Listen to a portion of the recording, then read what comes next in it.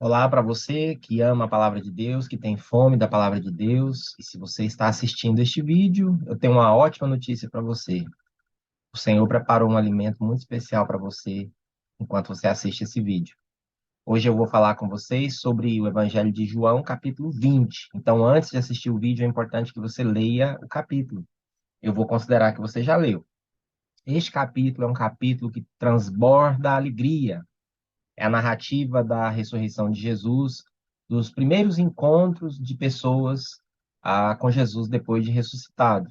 Essa história ela é narrada nos quatro evangelhos, Mateus, Marcos, Lucas e João, e nós vamos ver aqui como João nos conta isso. Vou comentar esse capítulo de trás para frente, então quero começar por Tomé, na parte final do capítulo. Tomé que ficou marcado na história pela incredulidade. Quando a gente fala de Tomé, a gente sempre pensa num sujeito incrédulo, ele virou símbolo de incredulidade. Mas será que ele era mesmo assim, tão mais incrédulo que os outros discípulos? Bom, em primeiro lugar, segundo muita documentação histórica, Tomé, ele, depois da ressurreição de Jesus, ele evangelizou Babilônia, a Pérsia, o atual Irã, a China e a Índia. Tem muitas evidências históricas de que foi ele que começou a igreja na Índia, tendo sido, portanto, um dos apóstolos mais frutíferos na pregação do evangelho. E as histórias extra-bíblicas, fontes históricas, nos dão conta de que ele teria sido morto por uma lança que foi jogada por inimigos enquanto ele estava de joelhos orando na Índia. Tomé parece ser um sujeito que não gosta de nada mal explicado. Ele quer entender as coisas, ele quer que a sua fé se apoie em bases concretas. Isso não é incredulidade, isso é a personalidade dele. Em João 14, versículo 5, por exemplo, nós vemos Jesus está ali no contexto de um discurso final para os seus discípulos, falando que vai para o Pai, que vai enviar o Consolador, eu vou, mas vocês vão ficar e tal. E Tomé, então, faz uma pergunta, com ousadia, ele faz uma pergunta que provavelmente estava na cabeça dos outros discípulos, mas ninguém tinha tido coragem de perguntar. Ele pergunta, Senhor, para onde que o Senhor vai? E qual que é o caminho? E foi essa pergunta que deu o ensejo para Jesus dizer uma das suas frases mais lindas de toda a Bíblia, que é João 14:6, quando Jesus diz: Eu sou o caminho, a verdade e a vida. Então, com Tomé, nós aprendemos algumas lições importantes sobre dúvida e fé, que eu quero repartir com vocês hoje. A primeira delas é que a dúvida é uma experiência comum a todos aqueles que creem. Eu duvido que haja alguém que crê, algum crente que nunca duvidou. E se não duvidou ainda, possivelmente esse momento vai chegar, porque nós somos humanos, nós somos desconectados da presença de Deus, e embora essa conexão tenha sido restabelecida em Cristo, de vez em quando o sistema cai, de vez em quando a nossa mente olha ao redor e não encontra base para se apoiar, e isso pode ser no momento de sofrimento, pode ser diante de uma pergunta para a qual a gente não encontrou resposta, pode ser diante de orações aparentemente não respondidas. A dúvida vem. E isto não significa necessariamente incredulidade, isso significa humanidade. Significa que nós somos fragmentados, que existe um descompasso entre minha mente, meu espírito, entre meu corpo, minhas emoções, meus sentidos. Duvidar, na verdade, é tão humano quanto amar, quanto alegrar, entristecer, lembrar, esquecer. A incredulidade é não ter fé. Já o duvidar é questionar a minha fé. Isso me leva ao segundo ponto. Dúvida não é o oposto da fé. A dúvida convive com a fé. Na verdade, a dúvida é até necessária para fortalecer a minha fé. Porque, veja, nós amamos a luz porque a gente já ficou no escuro. A gente valoriza a presença de pessoas que a gente ama, porque na ausência delas, a saudade dói, o coração se sente apertado. Então, a gente valoriza a presença de quem amamos, de quem a gente ama, por causa da ausência. A gente valoriza um copo de água fria, bem gostoso, porque a gente já sentiu sede. Da mesma forma, a dúvida ela vem para fortalecer a nossa fé. Depois de uma crise de dúvida, a minha fé se torna ainda mais preciosa. Eu creio mesmo tendo duvidado. O que que é fé? Segundo a Bíblia, fé é a convicção de coisas que eu espero, a certeza do que eu espero, a convicção de coisas que eu não vejo. E como é que eu vou chegar a essa fé se não passar pelo vale da dúvida? A dúvida, em terceiro lugar, ela não desagrada a Deus. Você não precisa se sentir culpada ou culpado porque você tem dúvidas, porque em certo momento da sua vida você duvidou, questionou sua fé, questionou a Bíblia. Na verdade, você não consegue chocar a Deus, sabe? Quando você expressa uma dúvida, quando você pensa numa dúvida, Deus não vai.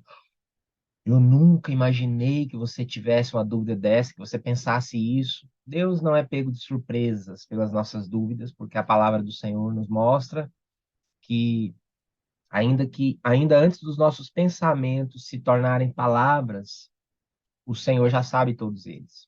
Mesmo quando você não nem elaborou ainda, não transformou em linguagem aquilo que está dentro da sua alma, o Senhor já viu as suas dúvidas. Então você não consegue pegar Deus de surpresa, você não vai decepcioná-lo, você não vai chocar o Senhor.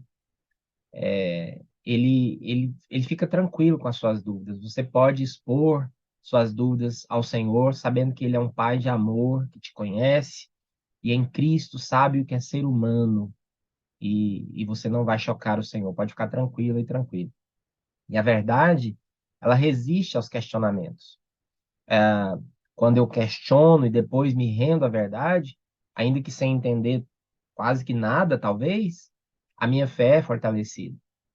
A verdade, quanto mais você questiona a verdade, mais ela se fortalece, porque ela é a verdade, então ela resiste a isso.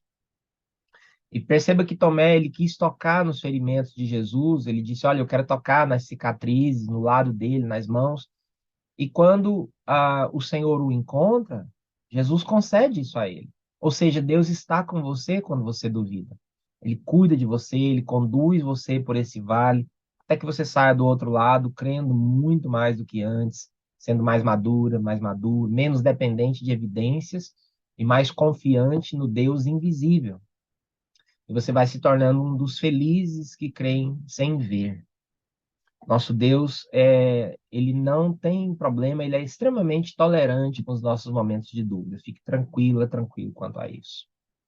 Quanto à famosa incredulidade de Tomé sobre a ressurreição de Jesus, nós precisamos entender que Tomé não foi o único que não creu. Quando você lê as narrativas da ressurreição, em Mateus 28, em Marcos 16, em Lucas 24, você vê que todos os discípulos tiveram problemas para acreditar nos testemunhos da ressurreição. E todos eles ganharam um puxãozinho de orelha de Jesus. Em Lucas, por exemplo, nós vemos Jesus caminhando ao lado de dois discípulos. Ele se junta a eles, eles estavam confusos, caminhando, e Jesus se aproxima deles, caminha com eles, entra na casa deles, parte o pão com eles. E em certo momento Jesus fala: Olha, vocês têm um coração muito lento para entender, para crer naquilo que os profetas que vocês conhecem tão bem, que vocês têm de cor, falaram a respeito do Messias. E eles só vão reconhecer a Jesus quando ele parte o pão, e daí ele desaparece. Então, esse padrão de Jesus aparecendo para as pessoas e elas não o conhecendo, ele se repete, não só com Tomé, mas com todos. Dificuldades para conhecer, para reconhecer a Jesus e dificuldades para acreditar na ressurreição. Os discípulos, os outros, sem ser Tomé, em João 20, que nós estamos vendo, eles também só acreditam que é Jesus depois de provas, depois de tocá-lo, depois de comer com ele. Jesus tinha que ficar provando que estava vivo. Olha, eu não sou um fantasma. Toquem em mim, vejam que tem alguma coisa para eu comer aí. Fantasmas não comem, espíritos não comem. Só que Tomé não estava na primeira ocasião que a gente vê aqui no texto, e isso custou caro para ele. Não estar nesta reunião, não ter ido a esse culto, custou caro para Tomé, porque as pessoas elas são cruéis. E o apóstolo Tomé foi marcado pelos séculos de história como um homem incrédulo. Ele ganhou essa reputação de um homem incrédulo, só porque ele estabeleceu critérios pessoais para acreditar na ressurreição. Só que o que ele pediu, que era tocar em Jesus, os outros também fizeram. Então, de novo, Tomé não foi mais incrédulo do que ninguém. Jesus puxou a orelha de Tomé pela incredulidade, pela dúvida? Sim, mas ele fez isso com os outros discípulos também. E o Senhor não marcou Tomé e nem ninguém como incrédulo, mas sim como pessoas de pequena fé ou pessoas que duvidaram, o que é normal na Bíblia de capa a capa, em todos aqueles que creem no Senhor. Todo homem, toda mulher tem os seus momentos de dúvida. A triste verdade é que as pessoas tendem a marcar uma biografia, a história da vida de alguém, pelo ponto mais baixo. Foi assim, por exemplo, com Davi, que foi marcado pelo adultério, entrou para a história, na cabeça das pessoas, marcado pelo seu adultério. Pedro entra para a história, marcado por negar a Jesus. E também tem um episódio que marca muito a Pedro, que é a história de ter andado sobre as águas, e daí duvidou e começou a afundar. O que eu acho engraçado é que muitas pessoas dizem, ah, porque Pedro duvidou, porque Pedro afundou quando estava andando nas águas, mas ninguém andou sobre as águas, só Pedro. Duvidou, afundou, precisou pedir socorro para Jesus, que é a história da nossa vida, mas ele andou sobre as águas. Ninguém mais no céu vai poder contar essa história, só Jesus e o próprio Pedro. Mas as pessoas fazem isso. Ao invés de dizer Pedro andou sobre as águas, elas dizem Pedro andou sobre as águas, mas afundou. Então a gente tem essa mania de marcar as pessoas pelo ponto mais baixo. Tomé também foi marcado dessa forma pela incredulidade.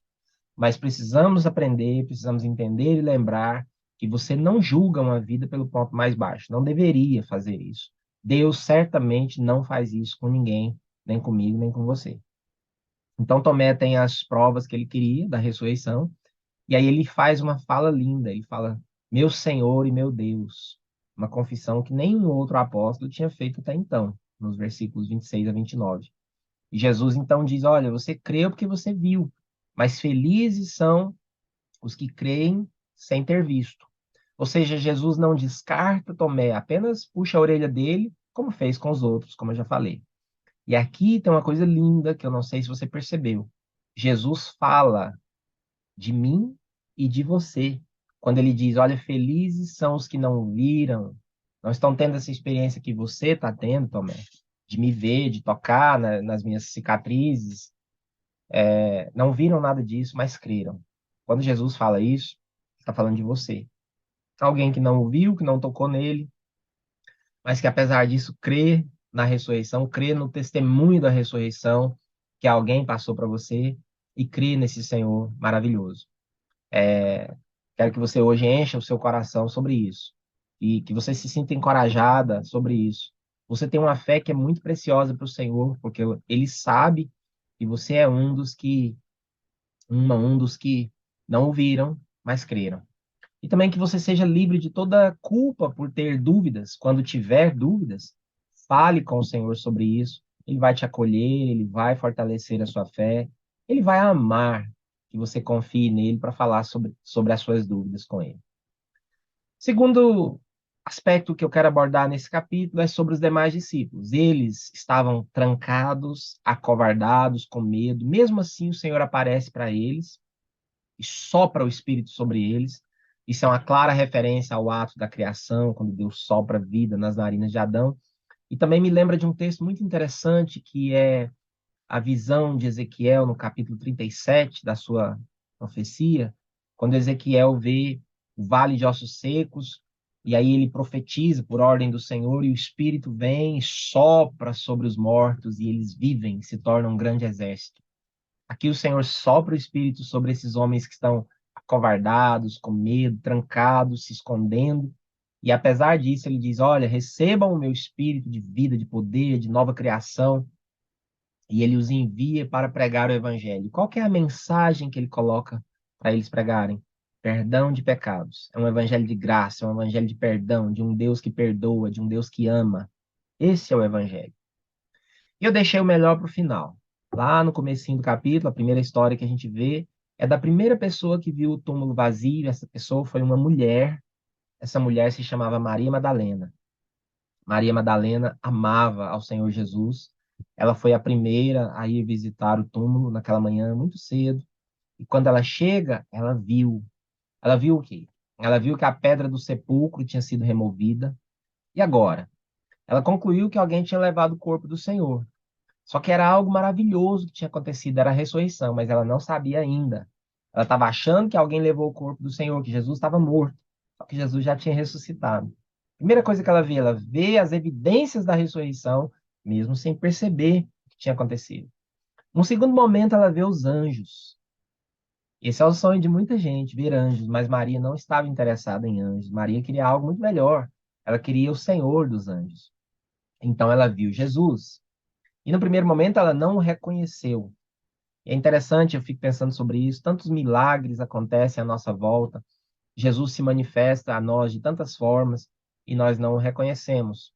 A nossa pequena fé, a nossa, as nossas ocupações com tantas coisas, nossa correria e os nossos preconceitos e narrativas religiosas fechadas, limitadas, nos impedem de ver o Senhor que muitas vezes está bem na nossa frente. Mas por fim ela viu o Senhor, ela o reconheceu. Eu acho lindo que ela reconhece o Senhor quando ele a chama pelo nome. Ele diz Maria. Agora, todo mundo a chamava pelo nome. Só que ele, certamente, o faz de um jeito que só ele fazia, de um jeito carinhoso, com um tom de voz, com um amor. E não tem mais dúvidas, agora eu sei que é o Senhor.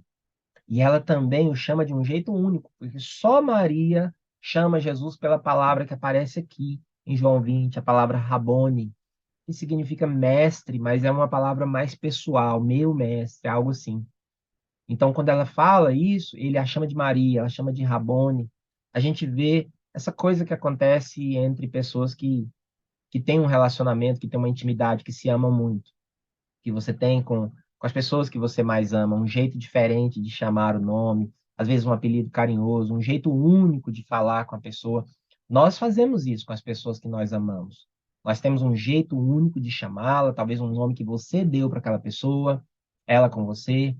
E é lindo ver que Maria tem isso com o Senhor, essa intimidade de reconhecer o jeito que ele a chama pelo nome e de chamá-lo de um jeito único. Eu fico pensando, qual que é, qual é o jeito único que o Senhor se dirige a mim e a você? Fico pensando nesse Deus que a Bíblia diz várias vezes que nos conhece e nos chama pelo nome. E fico pensando em quais são os nomes especiais que nós temos para o Senhor, quais são os nomes do Senhor que mais aquecem o meu coração, o meu jeito único de chamá-lo. Qual que é essa intimidade entre você e o Senhor? Maria chama Jesus por um nome que é só dela para ele. E aí é outra Maria. Agora ela sabe que ele está vivo e ela vai correndo contar para todo mundo. E a fala dela é quatro palavrinhas: Eu vi o Senhor. Isso muda tudo. Ela sabe que ele está vivo e ela sai correndo para contar isso. Fascinante. Uma pessoa com um passado complicado, nada exemplar, nada religioso, nada bonito. Uma mulher que tem uma história pregressa bem complicada, foi escolhida para ser a primeira pessoa a ver o Senhor depois da ressurreição. Isso é lindo, isso me faz pensar muita coisa. A gente nunca vê todos os milagres que o Senhor faz de uma vez só, assim como ela precisou ir abrindo os olhos lentamente. Leva um tempo até a gente ver a imagem completa de quem Deus é e de quem ele está e do que ele está fazendo na nossa vida, na nossa história. É como o nascer do sol mesmo, né? É uma iluminação progressiva, gradual. Essas narrativas elas me alimentaram muito, têm me alimentado e é isso que eu estou repartindo com você. E que você também veja o Senhor, que você também perceba que Ele está bem do seu lado, bem na sua frente, que você ouça o jeito único de Jesus chamar o seu nome, que você tenha um jeito único de se dirigir a Ele. Eu desejo que você também veja o Senhor, assim como Maria Madalena. Muita graça e muita paz na sua vida.